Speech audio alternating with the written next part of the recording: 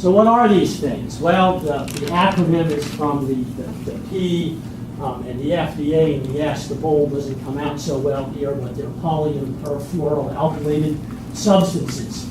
So the chemical structure, and for those of you who have a chemistry background, this will be pretty simple. For those of you who don't, it's relatively straightforward. These compounds have a head, which is usually water-soluble component of the compound, which is critical to understanding their potential for impacts, because that means these compounds can be water-soluble.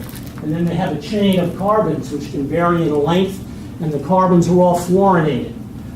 Critical elements of this are the fact that that fluorine-carbon bond is one of the strongest bonds in nature in the organic chemistry world. And these chain lengths can vary from 3 to 15 or 16 compounds, and they can be branched, and they can add different things on the ends or off the branch chains, such that there are 3,000, and actually it's probably now closer to 4,000 individual compounds or mixtures of compounds and products that have been manufactured and created with, I'm guessing, a few dozen, maybe 40 or 50 that are commonly used currently in industry here in the United States. Now, the most commonly used compounds are the ones that have 6 to 8 or 10 chain carbons. PFAS and PFOA are the ones that are commonly in use. So the properties here, because of that fluorine-carbon bond, they're incredibly stable compounds, which makes them chemically really interesting and important from an industrial standpoint. They're very heat resistant, which means you can spray them on a fire, like an oil-based fire, and they won't break down. They'll also smother the fire because they're very chemically not reactive and they won't disperse the oil.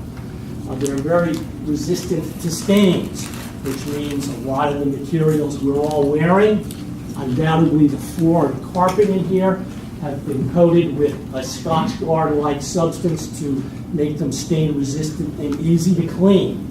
They're also very slippery, so the frying pans, non-stick frying pans, are made with various types of perfluorinated compounds. And they're very water repellent. So there's a water soluble end, and then that chain of carbons and fluorines is very water insoluble.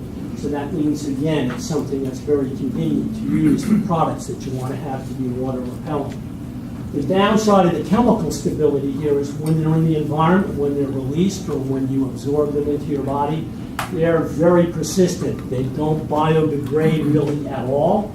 They'll break down a little bit through chemical reactions in water from oxidizing elements or from UV, but the process is very slow.